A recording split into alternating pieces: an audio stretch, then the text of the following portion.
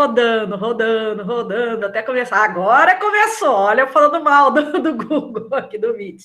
Então, queridos, queria advertir, né, alertar que essa nossa reunião aqui, a nossa aula está sendo gravada. Obviamente, isso não vai ser utilizado para nenhuma montagem, nenhuma fim que não seja o educacional, certo? Assim espero, assim espero. Então, caríssimos, vocês já chegaram a assistir aquele vídeo, né, que eu postei terça-feira passada, que tivemos lá a palestra com o promotor, né, um encontro com o promotor, bem bacana, por sinal, e só que a gente tinha que dar uma continuidade no nosso conteúdo, né? Vocês chegaram a assistir? Todo mundo assistiu? Bom, professora, eu assisti até ali onde você trabalhou a parte do acusatório. Eu não terminei ainda o final dele. Não, tranquilo. Tá no gravadinho lá, depois vocês assistem, tá? Gente, segura firme aí durante a nossa exposição, porque a gente tem a obrigatoriedade de fazer chamada, de indicar todos os alunos que estejam presentes, né? Isso é uma orientação da instituição, né, repassada para nós pela coordenação, então a gente tem que proceder, né, até a segunda ordem, até a ordem em contrário, nós vamos proceder dessa forma. Certinho? Então, queridos, nós vamos ver hoje princípios fundamentais do processo penal.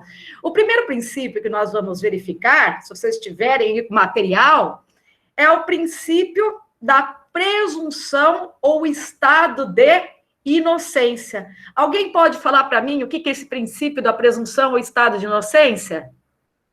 Alguém se recorda? Ninguém? Ninguém? Então, gente... que ele não é culpado até que se prove o contrário? Exatamente. Ninguém vai ser considerado culpado até que se tenha o trânsito e julgado da sentença penal condenatória. Gente, o segundo princípio que eu gostaria de falar com vocês é o princípio do contraditório. Então, esse princípio do contraditório, o que vocês vão lembrar? Direito de defesa. Vocês têm que lembrar de bilateralidade do processo. Significa o seguinte: se uma das partes alegar alguma coisa em juízo, o que vai acontecer? A outra parte também, né, deve ser dada a oportunidade para a outra parte para que ela se manifeste, ou seja, tem que ser assegurada a outra parte uma oportunidade para resposta, para que essa outra parte possa contradizer, se quiser, a outra parte, ou seja, aquela parte que alegou. Aí nós temos que falar também... Opa! João Walter! Bem-vindo! Bem-vindo! Nós temos que falar também do princípio até para o controle formal, controle social dos atos processuais. Os atos processuais, em regra, eles são públicos, ou seja... Todos aqueles atos processuais, eles são publicizados, certo? Então, qualquer um, né, da população em geral pode ter acesso aos autos, bem como a própria, né, bem própria audiência, por exemplo. Mas toda regra tem exceção. Qual é a situação, ou quais são as situações em que nós podemos ter exceção ao princípio da publicidade? Primeiro, defesa da intimidade. 2, quando o interesse social o exigir. Então, pensem, por exemplo, né, um crime de estupro, um processo por crime de estupro. Será que seria correto deixar aqueles autos, deixar a audiência aberta para quem quiser acessar a audiência, ver lá o constrangimento da vítima, o réu? O que vocês acham? Não. Então, nós temos ali o segredo de justiça. Nós temos aí, neste caso, um exemplo de defesa da intimidade da pessoa. Então, essa regra da publicidade dos atos processuais, embora ela seja extremamente ampla, mas ela não é absoluta, certo?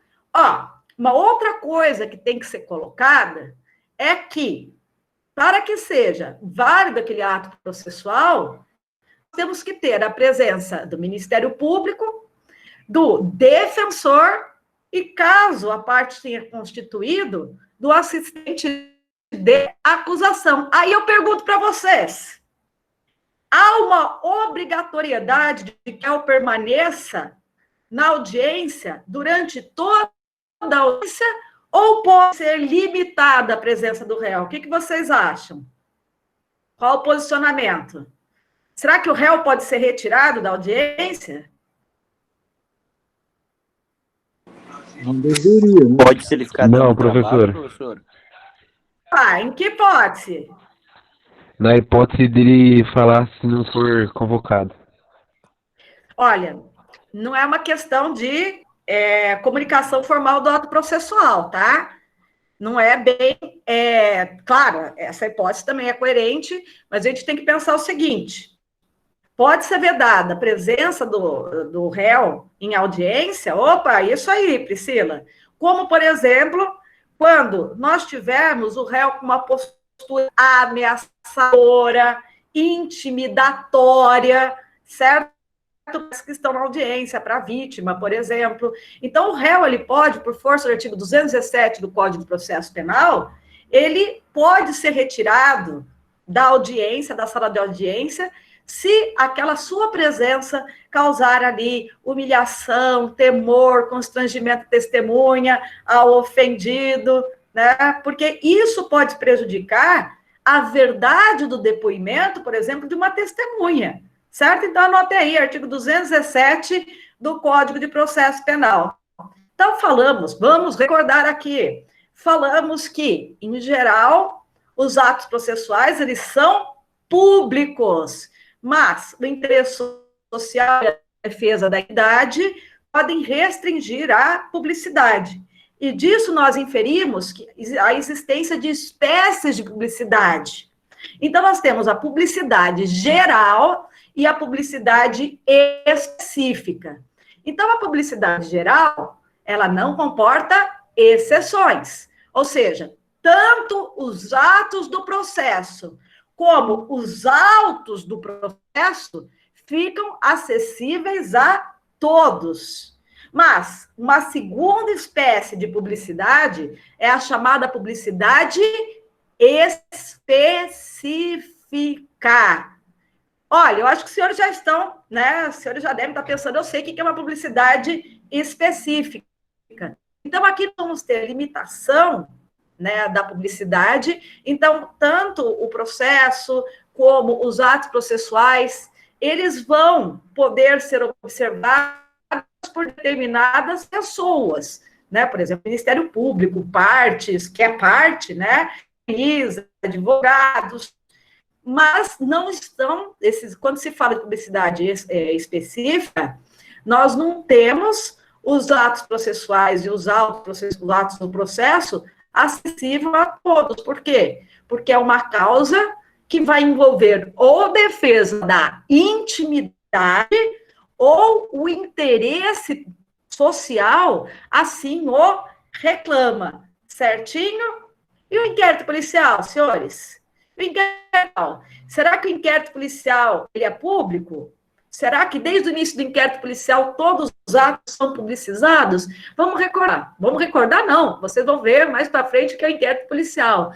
Então, queridos, nós temos o inquérito policial como um procedimento administrativo, né, inquisitório, que é chamado para apurar a autoria do ilícito penal e a materialidade desse ilícito penal. Se os senhores se reportarem ao artigo 20 do Código Penal, os senhores vão verificar a autoridade de chegar no inquérito, o sigilo necessário à elucidação do ato ou exigido pelo interesse da sociedade. Então, perceba percebo, enquanto estiver sendo apurado o fato, nós podemos manter, a autoridade policial poderá manter o sigilo. Mas e aí? Você pode perguntar, advogado, professora, como que fica a questão do advogado? Queridos, o advogado, ele não vai ter, até uma determinada fase, ele não vai ter um acesso amplo ao inquérito policial. Então, vamos supor que estamos na fase de investigação, visto que o inquérito policial é destinado a tanto, e os atos ainda praticados não foram reduzidos a termo. Só após que esses atos realizados no inquérito policial forem reduzidos a termos, ou seja, transcritos, formalizados documentalmente, é que o advogado ele terá o direito de acesso àquilo que foi realizado em fase de inquérito policial. Certinho? Vamos lá? Mais um princípio, o princípio da verdade real, caríssimos. Quando se fala em verdade real, o que vai ser buscado? O que esse princípio nos diz? Nós temos que, por esse princípio, dentro do processo penal, deve ser verificado, apurado, o que realmente aconteceu no mundo concreto, né, como um fato concreto. Se nós formos para outros ramos do direito, pode existir que estes outros ramos do direito se contentem apenas com a verdade formal, ou seja, aquilo que foi trazido aos autos pelas partes, certo? Então, a verdade formal. Verdade formal, né, seria a verdade existente nos autos, aqueles elementos trazidos pelas partes, mesmo que no mundo concreto as coisas tenham se passado de maneira diferente, ok? Mas aqui a gente tem que lembrar que o processo penal, o direito penal, ele vai lidar com bens de extrema relevância para o ser humano, como a liberdade. Então, aqui não se pode contentar com não pode haver um contentamento tão só com a verdade formal. Haverá necessidade que se observe a verdade real. Ou seja, que mesmo que as partes não tragam para o processo aquilo que realmente ocorreu, o juiz pode determinar esponte própria ex officio, ou seja, por ele mesmo, a realização de novas provas, certo? Então, aqui, o juiz pode determinar a realização de outras provas não trazidas pelas partes, com o intuito de apurar a verdade real. A verdade real, esse princípio da verdade real tem limitação? Tem, senhores. Pergunto aos senhores. O processo penal absolveu, no processo penal nós tivemos a absolvição do réu, certo? Houve a absolvição do réu e o processo transitou em julgado. Agora digam para mim, depois do trânsito julgado de uma sentença penal absolutória, se surgirem novas provas, no sentido de que aquele autor realmente, aquele acusado, aquele réu realmente praticou o crime. Vamos lá, foi descoberto um vídeo em que claramente, sem nenhum tipo de manipulação, foi visto que o réu matou a pessoa. Pergunto. Este processo penal poderá ser reaberto? Se após o trânsito em julgado de uma sentença absolutória, o processo pode ser aberto? Sayuri, só uma observação aqui, a gente já está falando de sentença absolutória, tá? De sentença absolutória. Eu acredito que já foi decidido, então, professora, eu acho que não pode ser aberto daí mais não. Eu acredito que seja matéria daí para recurso por parte do Ministério Público, mas a reconsideração... mas depois... Isso, mas depois do trânsito em julgado, cabe recurso? Não, depois que não, do trânsito em julgado, não. Processo é uma coisa, né? Processo é uma coisa. Então, gente, aqui com o trânsito julgado de uma sentença absolutória, nós temos uma limitação ao princípio da verdade real. Mesmo que posteriormente a gente tenha 1000 provas de que aquele indivíduo matou a pessoa, se ele foi absolvido e houve trânsito em julgado dessa sentença absolutória, não será reaberto. Então, aí a gente vai ter que se contentar com aquela verdade formal que está no processo. Mentira. Ok? Oi? Mentira. Verdade. Depois do trânsito julgado da sentença penal absolutória, não pode existir reabertura do processo. Absolveu, absolveu. Mas agora, se não tem nada para fazer? Chorar. Tá? Chorar no travesseiro, que é lugar quente, tá? Agora, ó, se fosse o contrário, por exemplo, ele foi condenado e surgiram provas da inocência, aí a questão não se inverteria. Surgiu a inocência condenatória transitada em julgado, aí o processo pode ser reaberto dentro do surgimento de novas provas. Aí pode, né, dar ensejo à reapreciação daquele fato novamente iniciado, tá? Então, vamos resumir aqui. Professora, sentença transitada de... Oi, Adriana. Favor, volta um pouquinho só no caso, quando se admite, né, a reabertura. É o resumo que eu ia fazer agora. Então, vamos lá. Tá. Ó, tá chocada, Isabela? Não fica, não.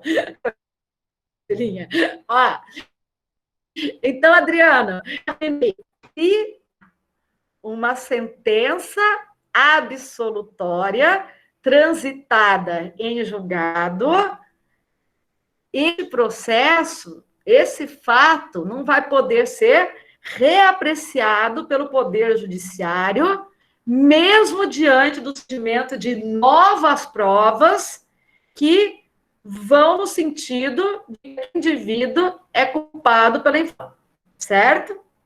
Segundo ponto. Se a sentença é condenatória e transitou em julgado, condenatória agora, surgindo novas provas da inocência daquele condenado, aquela questão poderá ser reapreciada pelo Poder Judiciário, certo? Absolutória não pode ser apreciada. Condenatória pode ser apreciada. Ok? Vocês? Tranquilo? Mas qual que é o momento em que o juiz ele vai dar a sentença absolutória e a condenatória? Qual o momento que ele vai aplicar as duas? Absolutória, quando aquele indivíduo for reconhecidamente inocente, ou quando não se tiver provas não, certo? E condenatória, quando tivermos provas suficientes para a condenação. É isso? A sua dúvida? É quando o Ministério Público tiver mais do que acusar? Ele no caso, ele esgotou todas as formas de acusação? Esgotou as fases? Não, a gente tem todo um procedimento. Quando existe o escoamento de todas as fases processuais, né, delegações finais, né, dependendo do procedimento, e aí, quando mais nada tiver a ser feito dentro do processo, chega-se da sentença, certo? A gente tem todo o procedimento, que pode ser ordinário, pode ser especial, revisão criminal, saiu a revisão criminal é em benefício do réu, tá? E a revisão criminal ela pressupõe em trânsito julgado condenado, ok? Agora, a revisão criminal em caso de sentença absolutória não é possível, tá? Então, vamos... Opa, mais alguma dúvida aí? Alguma dúvida? Tá cortando, Sayuri? Ai. Bastante. E tá todo mundo com câmera... Tá cortando bastante? Tá cortando. Então, peraí, também, deixa eu tentar... Tá cortando. Então, deixa eu fazer o seguinte. Deixa eu tentar espelhar o 4G aqui, tá? Só rapidinho. Tentar espelhar o 4G, ver se a gente obtém êxito.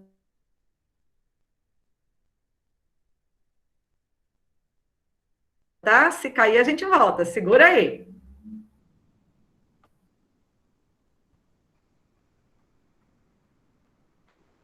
Eu acho que agora nós já estamos conectados no 4G, tá?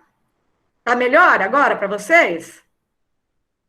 Parou de cortar. Parou? Show! Por enquanto, aqui para mim está melhor. É? Professor, o João perguntou algo no chat. Hã? O João perguntou alguma coisa no chat. Deixa eu ver.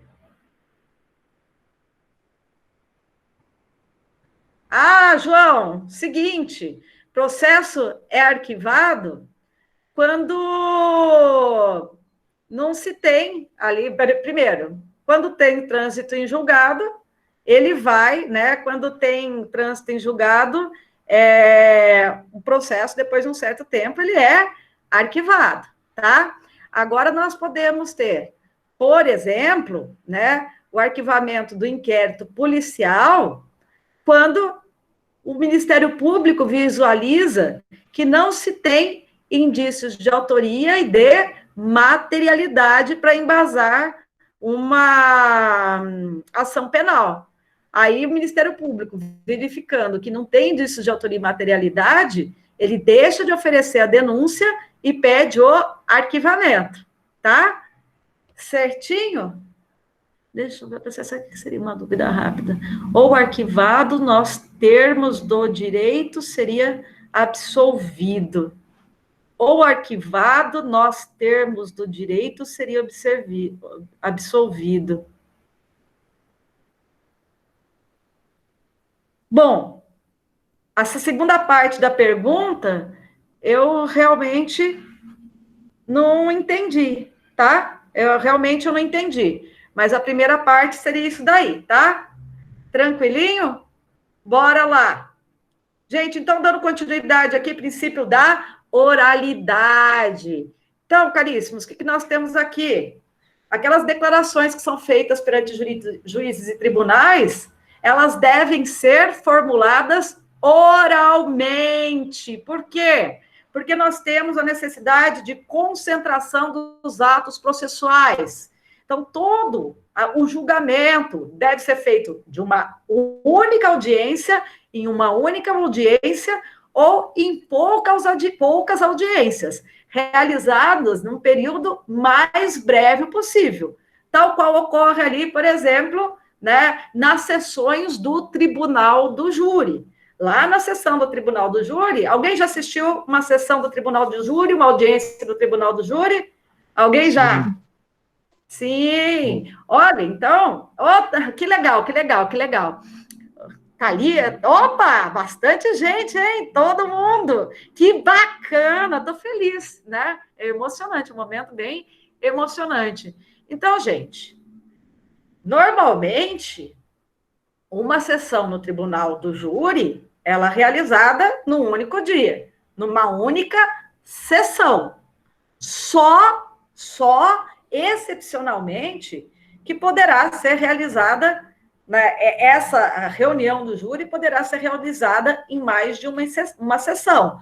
Vamos supor que nós temos testemunhas arroladas, né, com caráter de imprescindibilidade e que não compareceram à sessão. Se elas são imprescindíveis, então elas têm que comparecer.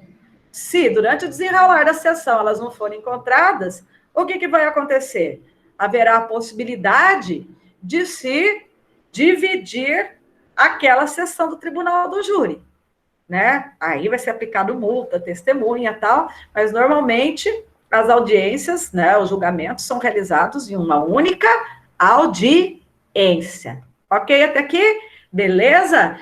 E, como decorrência do princípio da oralidade, nós temos o princípio da imediatividade, ou também chamado de princípio da imediação, que decorre deste princípio da imediação. O juiz ele deve ter um contato direto com partes e provas. Por que este contato direto é necessário? Porque é através das partes e das provas que o juiz ele vai firmar o seu convencimento. É com base nisto que ele formará a sua convicção, né, para o julgamento, no sentido de absolver ou condenar o acusado. Ok? Alguma dúvida até aqui? É imediação, professora? Imediatividade ou imediação, tá? Decorre do princípio da oralidade. Decorre do princípio da oralidade. Ah, só alertando, esse material já está disponível para os senhores, tá? Já está lá no portal. Gente, então vamos para o princípio da obrigatoriedade. Ó, o negócio é o seguinte, pergunto para vocês, ocorreu um homicídio, tá? Ocorreu um homicídio. Ocorrer um homicídio, que é um crime de ação penal pública incondicionada, né? O delegado de polícia, ele pode escolher se ele vai iniciar o inquérito ou não? O Ministério Público pode escolher se ele vai iniciar a ação penal ou não? Vamos supor que ocorreu homicídio, o indivíduo foi preso em flagrante, ao lado do corpo, e tudo aquilo foi gravado e testemunhado. Né? Foi feito lá na praça pública da cidade, não estava em tempo de isolamento social, de distanciamento social. Todo mundo viu. Pergunto de novo, delegado de polícia pode deixar de instaurar o inquérito e Ministério Público pode deixar de oferecer a denúncia? Não. Não. Não, por quê? Porque eles têm a obrigatoriedade, certo? Eles têm a obrigatoriedade. Então, quando a gente fala em princípio da obrigatoriedade, nós estamos falando num contraposto ao princípio da oportunidade. Dentro do princípio da oportunidade, o órgão público, ele pode ou não promover a ação penal, fica a seu critério. Então, ele leva, para formar essa convicção de iniciar ou não o procedimento, o interesse público, tá? Então, em parte, este princípio ele é adotado na França e na Alemanha, além de outros países. Ah, e no Brasil, temos alguma hipótese de utilização do princípio da oportunidade? Temos. Onde e quando? Em relação às ações penais privadas, certo? E as públicas condicionadas à representação.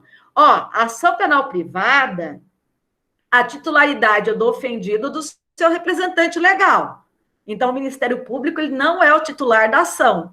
Então, o ofendido, o seu representante legal, eles vão verificar se lhes é interessante iniciar ou não essa ação penal privada. Já na ação penal pública condicionada à representação, para que o Ministério Público possa oferecer denúncia, ele deve ter em mãos a representação, certo? Que é realizada pelo ofendido ou seu representante legal, ok? Tranquilo? Então, se o ofendido ou representante legal achar oportuno não oferecer a representação, joia também, bom também. Porque, neste caso, fica a critério deles, eles não têm obrigatoriedade. Agora, se o Ministério Público recebeu a representação e viu que há indício de autoria e de materialidade, o Ministério Público ele é obrigado a oferecer a denúncia, ok? Tranquilo até aqui? Então, vamos para o princípio da oficialidade. Gente, os órgãos incumbidos, encarregados da persecução penal, eles são órgãos oficiais. Eles são órgãos cuja competência é determinada pelo poder público, certo? Então, se eles são órgãos oficiais, eles têm autoridade. Então, por exemplo, por isso que o Ministério Público, por isso que o delegado de polícia, eles podem requisitar documentos, diligências e qualquer outro ato, claro, desde que em direito admitido, que seja necessário para a realização tanto do inquérito policial ou da posterior ação penal. Essa regra da oficialidade tem exceção? Tem exceção, sim, senhor. No caso da ação penal privada, vamos lembrar, a ação penal privada, a titularidade desta ação é do ofendido do seu representante legal. E o ofendido do seu representante legal não são órgãos oficiais, assim como é a autoridade policial, assim como é o Ministério Público. Ok? Princípio da indisponibilidade do processo. Vamos até antes da fase processual, tá? O delegado de polícia tá lá investigando, aí ele fala, vou arquivar essa investigação. Ele não pode. Então, delegado de polícia não arquiva inquérito policial. Delegado de polícia não pode paralisar inquérito policial, certo? Quem pede o arquivamento do inquérito policial? Quem requer o arquivamento do inquérito policial? Ministério Público. Mas, por favor, Ministério Público também não arquiva inquérito policial, tá? E eu vou te explicar por quê. Estão preparadas para confusão? Estão preparados para confusão? Gostam de confusão? Principalmente na seara jurídica? Então, segura aí. Segura aí que vai ter confusão. Gente, o negócio é o seguinte. Vamos supor... Peraí, vamos começar já, dá o choque.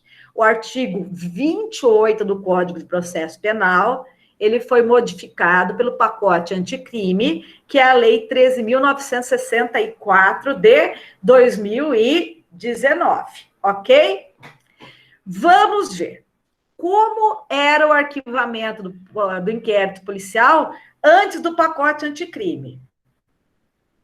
O delegado de polícia encaminhou o inquérito policial a juízo, tá? Chegou na mão do Ministério Público, o Ministério Público vai ver se existem indícios suficientes de autoria e materialidade para oferecimento da denúncia. Ele fala, não tem esses indícios suficientes de autoria e de materialidade. Ok? Então, o Ministério Público requer o arquivamento. Pela antiga redação do artigo 28 do Código de Processo Penal, se o juiz discordasse do arquivamento, esses atos, ou seja, o Ministério Público quer arquivar, o juiz não quer arquivar.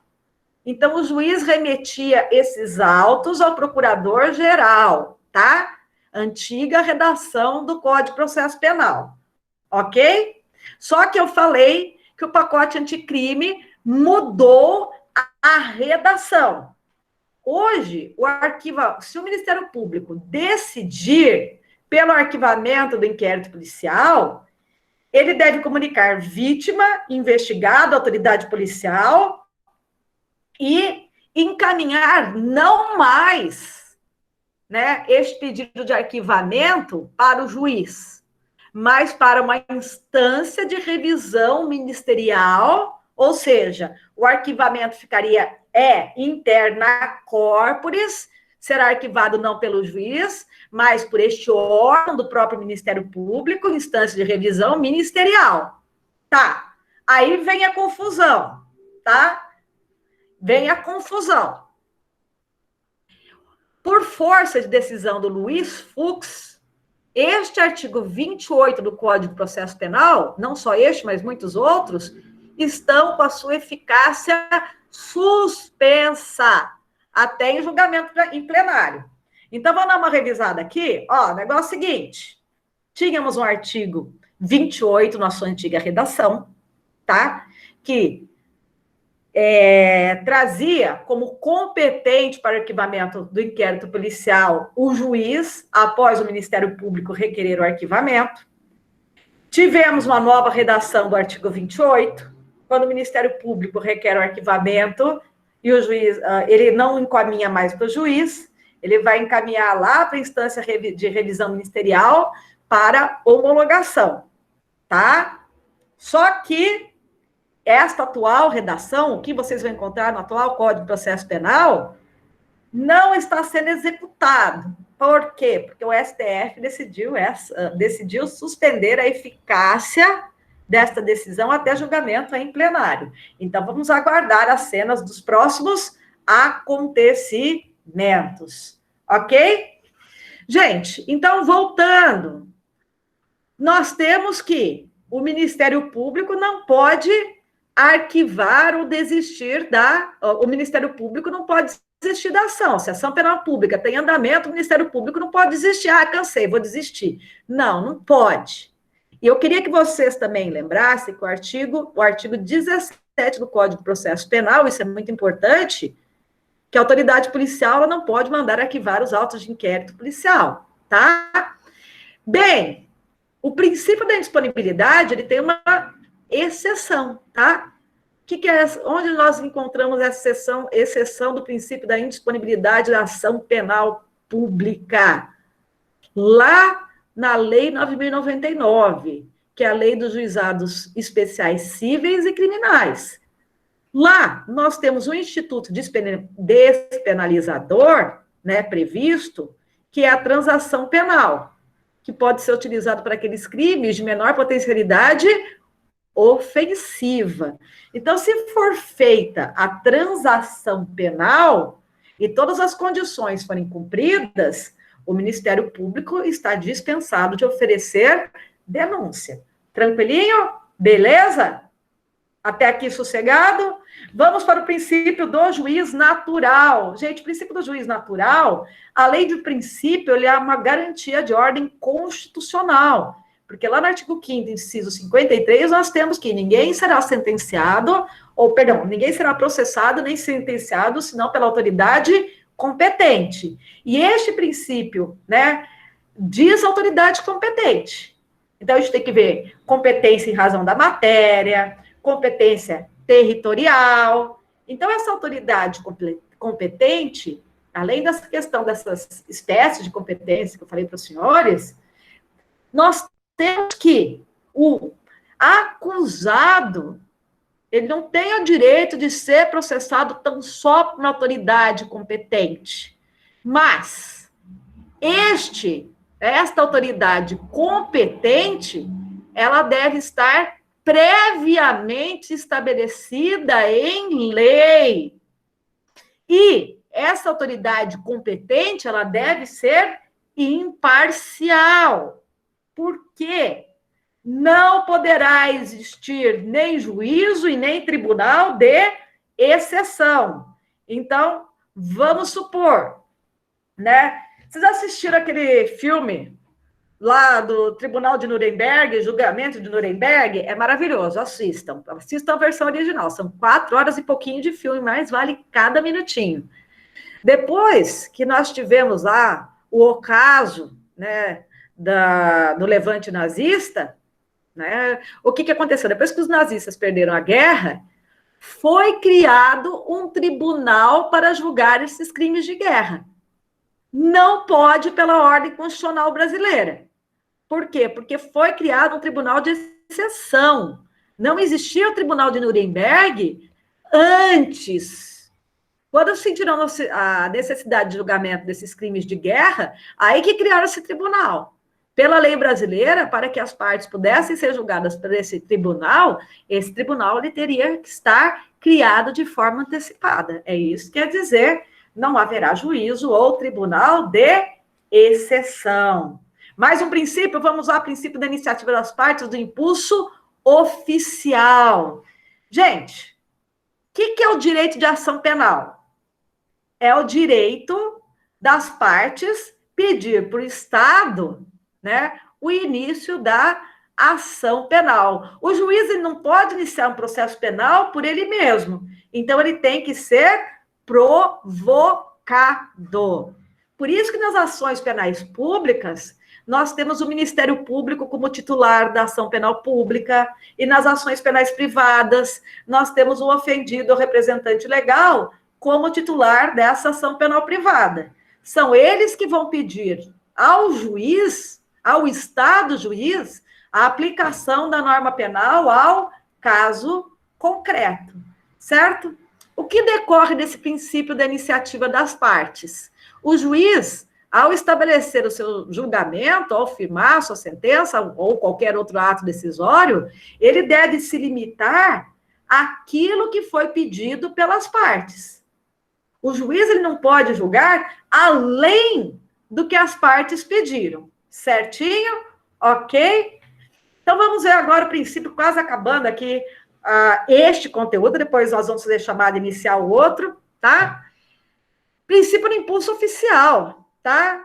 A ação penal é proposta por iniciativa da parte, seja essa parte Ministério Público ou ofendido o seu representante legal. E depois de proposta a ação penal, iniciado o processo penal, né, nós temos todo o desenvolvimento do processo.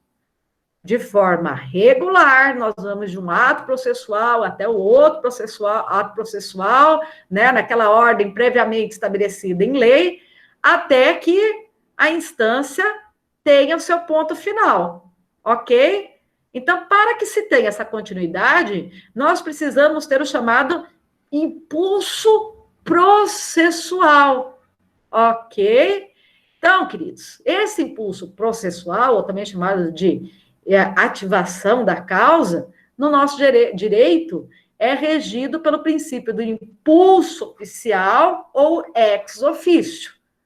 Então, compete às partes, entre muitas coisas, produzir as provas para, né, demonstrar a veracidade de suas alegações.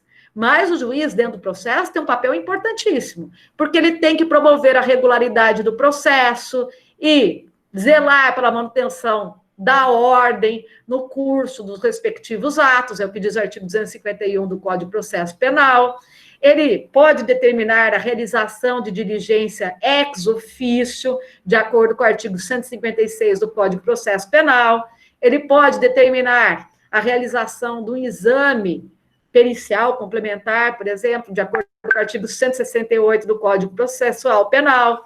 Ele pode formular quesitos quando for realizada uma perícia, de acordo com o artigo 176 do Código de Processo Penal, assim como, se ele tiver dúvidas, ele pode determinar a realização de um novo interrogatório, de acordo com o artigo 196 do Código de Processo Penal. Então, o que visa este princípio do impulso oficial?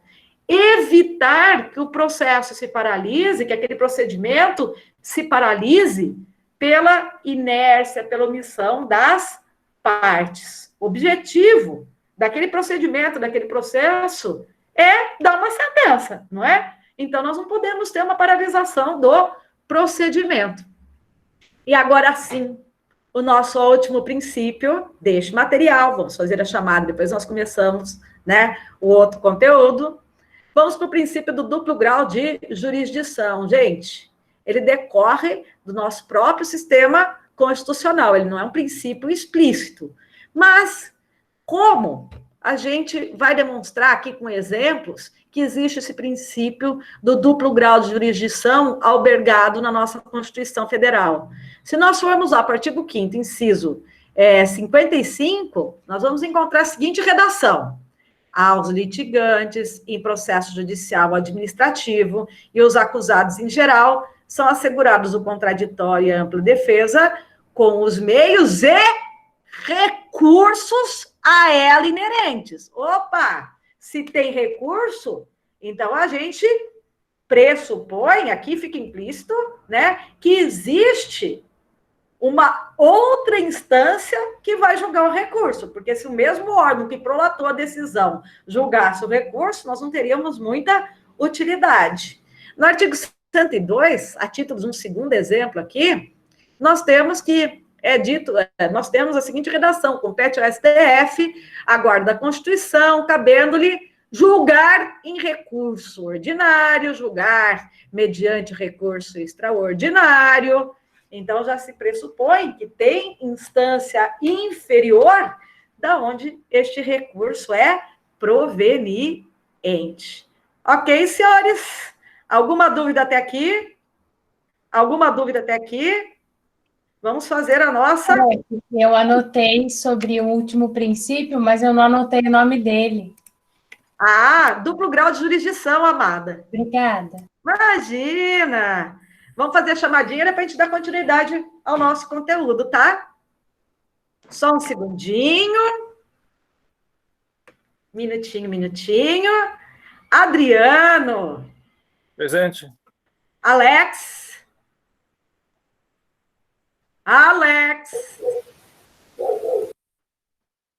Tá presente, Alex?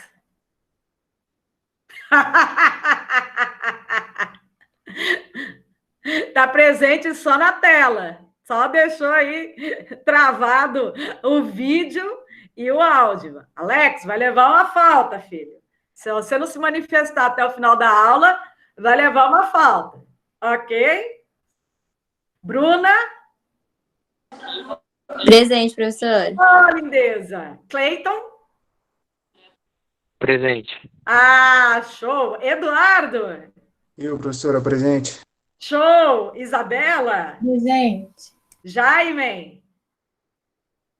Presente, professora. Ah, show. João Walter?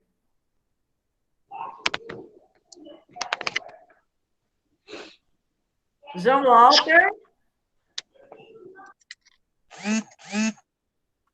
Então, mais um. Se não se manifestar até o final da aula, vai ficar com uma falta. Cauane?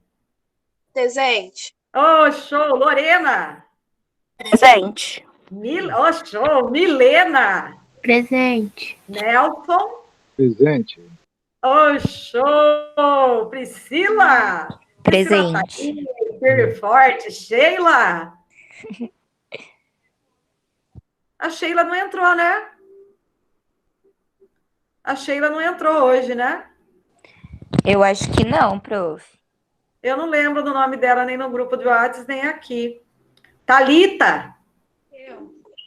Tamara? Presente. Show! Thalita Tamara, entre nós, aqui, coisa boa. Thalinha? Presente. Maravilha! Valdineia? Presente. Show, Valdineia! Coisa boa demais, coisa boa demais. Então, queridos, vamos dar uma avisada aí pro pessoal, por favor. Dá um oi aqui para mim, senão vai ficar com uma faltinha, tá?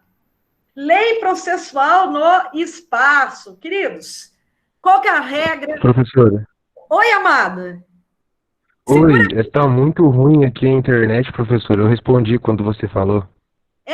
Quem que tá falando comigo? É o João Walter. João, já vi aqui, já abri a tela, que eu estava procurando Tá aqui o arquivo, tá? Já vou tirar sua Beleza, foto aqui, obrigado. amada. Perfeito, viu? Já vou tirar aqui. Obrigado. Imagina, eu que agradeço por você ter se manifestado. Gente, então, o princípio da territorialidade. Os senhores estudaram o princípio da territorialidade no direito penal, sobre a ótica do direito penal.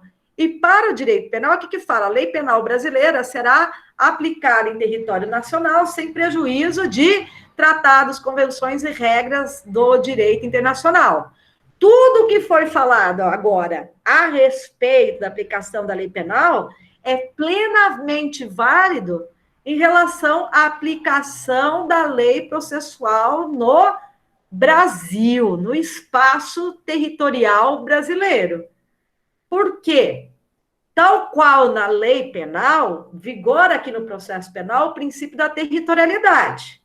Se o crime foi praticado no território nacional, será aplicada a lei processual brasileira, porque a função jurisdicional é uma manifestação da soberania nacional. O que significa isso?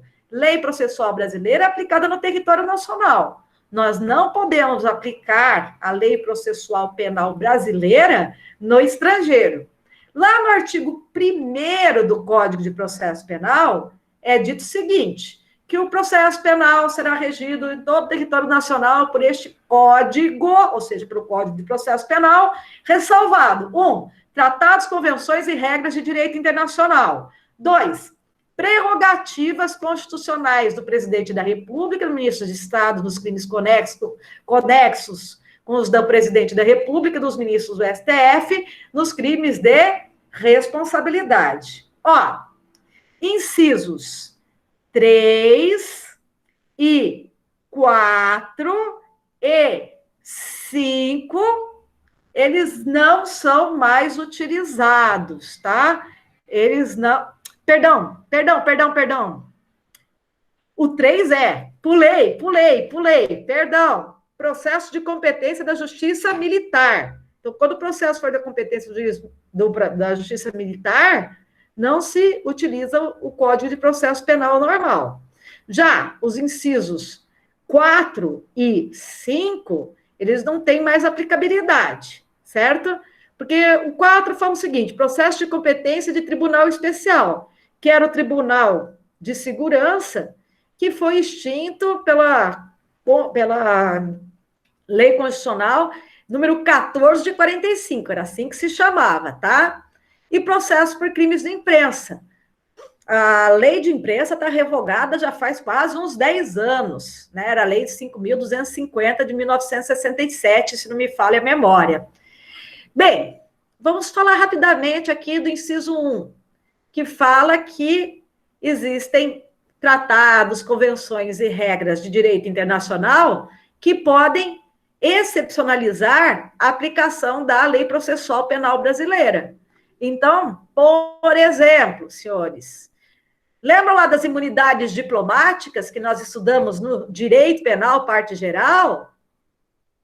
Nas imunidades diplomáticas, o indivíduo, né, que tem a seu favor a imunidade diplomática, ele não é julgado pela lei brasileira. Ele vai ser julgado no seu país de origem. Então, mesmo que o crime seja praticado no território nacional, nós não teremos aplicação da lei processual e lei penal brasileira, porque o seu julgamento não será feito no Brasil. Será feito no país ao qual ele está legado, certo? O país que ele está representando aqui em território nacional. Recordando ainda direito penal, parte geral. No artigo 6º do Código Penal, nós tivemos a adoção da teoria da ubiquidade, ou também chamada de... Professora. Oi, amada. Assim, eu chamo você, você ou senhora? Você. Então, tá. Você pode repetir essa parte da hipótese em que ele não vai ser processado aqui? Que eu não entendi bem. No caso de imunidade, lembra aquelas hipóteses de imunidade diplomáticas que nós estudamos no direito penal, parte geral? Mais ou menos. Vou dar aquele exemplo clássico, que eu lembro que eu dei... Tá. Eu sempre dou, não sei se eu dei esse exemplo para vocês, mas eu sempre dou o mesmo exemplo para ficar bem fácil a visualização. Nós tivemos um caso, né, há cerca de 5 anos ou mais, de um diplomata americano que atropelou um brasileiro lá em Brasília e matou, tá? O diplomata, o Brasil, ele tem um tratado, ele é signatário de um tratado de imunidade diplomática. Então, esse diplomata, ele não é julgado em território nacional. Por quê? Porque o Brasil é signatário desse tratado de imunidade diplomática. Então, neste caso, vai ser uma exceção de aplicação da lei processual e a lei penal brasileira, porque o indivíduo não vai ser julgado no Brasil. Ele vai ser julgado no país ao qual está vinculado. Salvo engano, esse diplomata que causou a morte no trânsito era um diplomata americano. Então, ele vai ser julgado lá nos Estados Unidos. Por isso que o artigo 1º do Código de Processo Penal fala, ressalva que vai ser aplicado o Código de Processo Penal em todo o território nacional, ressalvados tratados, convenções e regras de direito internacional, tá? Ficou mais claro? Ficou, agora eu entendi, obrigada. Certeza? Se não entendi. Clarinho, transparente, a gente volta, tá? Tá, eu entendi. Ah, show. Quando tiver dúvida, pergunta mesmo. Tem que perguntar. Tá bom. Tá bom? Então, vamos lá, amores. Gente, recordando o direito penal, parte geral. Lembra lá do artigo 6º? Artigo 6º do Código Penal adotou a teoria da ubiquidade, eu também chamo de teoria mista, que fala o seguinte: considera-se praticado em território nacional o crime cuja ação ou omissão, ou cujo resultado, no todo ou em parte, ocorreu em território nacional. Então, se determina que considera-se como praticado crime quando uma ação, omissão ou resultado ocorreu em território nacional, então nós vamos ter nessas situações, salvo se existir alguma exceção, a aplicação tanto da lei penal quanto da lei processual penal brasileiras. Ó, mas além desse chão aqui, né, desse solo brasileiro que a gente pisa, além das águas territoriais brasileiras, né, não importa se é um espaço marítimo, se é um espaço fluvial, se é um lago, além deste céu que está sobre nós, em cima do território nacional, nós temos outras partes que, para fins legais, são considerados como território nacional, certo? Tanto para efeitos penais e processuais penais. Lembra lá o direito penal que nós falamos que embarcações públicas ou aeronaves públicas ou a serviço do governo brasileiro, não importa onde elas sejam encontradas, são consideradas como parte do território nacional, certo? Nós vimos também no direito penal que mesmo que a embarcação, a aeronave seja particular, seja privada, se elas estiverem em espaço aéreo brasileiro ou marítimo brasileiro, em alto mar ou espaço aéreo correspondente, vai ser aplicada a lei processual e a lei penal brasileira para estes casos, tá? Mas isso é recordação do direito penal 1. Bem, quando nós vimos o direito penal, nós vimos também a extraterritorialidade da lei penal. Lembra lá que a gente viu, nós vimos os casos de extraterritorialidade incondicionada e extraterritorialidade condicionada e extraterritorialidade hipercondicionada? Por que eu estou falando tudo isso? Estou assoprando a brasinha, né, lá do direito penal 1, para dizer o seguinte: existem casos que, mesmo que o crime tenha sido cometido em território estrangeiro, ainda assim o crime será julgado no Brasil. Ainda que o crime tenha sido praticado no estrangeiro, este crime será julgado no Brasil, aplicando-se assim a lei penal e a lei processual penal brasileira. Lembra lá, primeira hipótese, acho que a primeira hipótese de crime de extraterritorialidade incondicionada.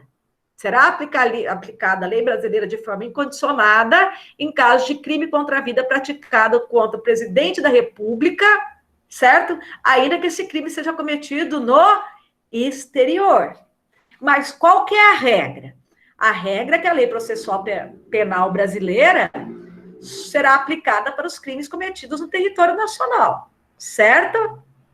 Ah, e se for cometido um crime no estrangeiro e de alguma forma o brasileiro estiver envolvido, e não for um caso de extraterritorialidade incondicionada, ou se for um caso de territorialidade condicionada, né?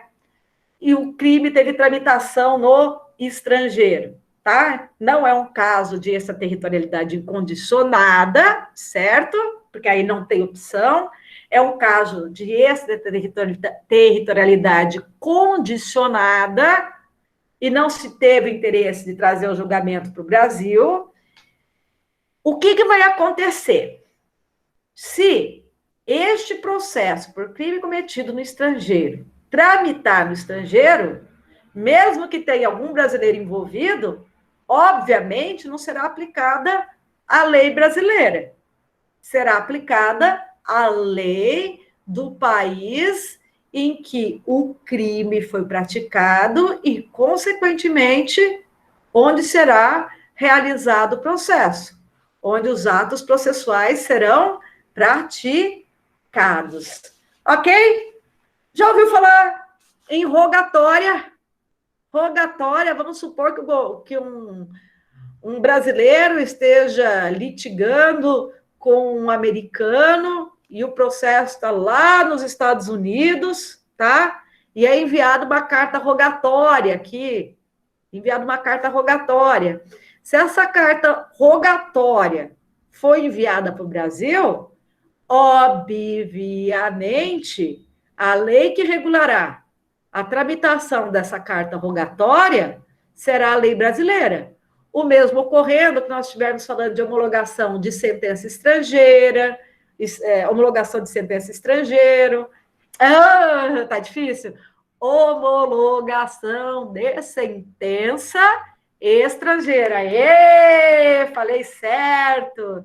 O mesmo ocorrendo quando se tratar de procedimento de extradição.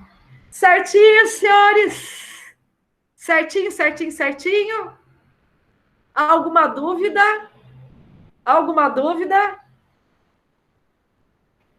Gente, Alex, quem é que ficou para responder? Opa, Tamara, dúvida? É dúvida, amada? A pessoa faz 2 perguntas na mesma frase, né? Tá tudo certinho, senhores e senhores, tem alguma dúvida aí? Quando responde sim, né? Você faz 2 perguntas totalmente opostas numa mesma frase. E depois... Oi, amada! Não, é que eu só ia perguntar se a aula era 50 minutos. Sim, mas estamos encerrando agora. Ah, tá. Tá? Obrigada. Estamos encerrando agora. A gente começou... Nossa! Começou mais tarde, né?